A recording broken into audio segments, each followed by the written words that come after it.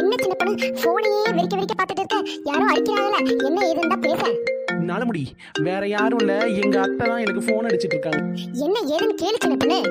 நலமுடி, எனக்கு என் மாமியாருக்கு காலையில இருந்து ஒரே சண்டை. அடுத்த சண்டையை ஆரம்பிச்சாவளா, இதுல இருந்து எப்படியாவது தப்பிச்சு ஓடியாடணும்னு ஓடியாந்துட்டேன். அதனாலதான் போனை பண்ணி அடுத்த சண்டையை உருவாக்கத்துக்காக காத்துக்கிட்டு இருக்காங்க. இங்க பாரு சின்ன பொண்ணு, மாமியார் கிட்ட சண்டை போட்டு என்ன ஆக போகுது? போன் பண்றாவல, என்னதான் கேளேன். நலமுடி, என் மாமியார் பத்தி உனக்கு ஒன்றும் தெரியாது. எப்படியாவது இன்னைக்கு சண்டையை வளர்த்து விடணும்னு காத்துக்கிட்டு இருக்காங்க. ஏண்டி உங்க அண்ணிக்காரி போன் எடுக்க மாட்டேங்கிறாளே, என்ன பண்றது? இன்னொருக்கா போடுமா, அண்ணி எடுப்பாங்க. சின்ன பொண்ணு, உன் மாமியார் உன் நாத்தனா எவ்வளவு நல்லவன், உனக்காக போன் பண்றாவல, எடுத்து பேசி என்னன்னு தான். நாலுமணி, என் மாமியா பத்தி உனக்கு தெரியாது, இருந்தாலும் பேசுறேன். கேட்கவும் மாட்டேங்குது. ஸ்பீக்கர்ல போடுவோம். சொல்லுங்க தே. உன் கூட ஒத்தி சுத்துறாளே நாலுமுடி, அவதான் மருமோளை நம்ம 2 பேரும் சண்டை போடுறதுக்கான காரணம். அவ மாமியார் அடிச்சு துரத்திட்டு அவன் நிம்மதியா இருக்கா. அதனால ஊர்ல இருக்க எல்லா மாமியார் மருமகளுக்கும் சண்டை போடுறதுக்கும் ஐடியா கொடுக்கறதே அவதான் மருமோளை.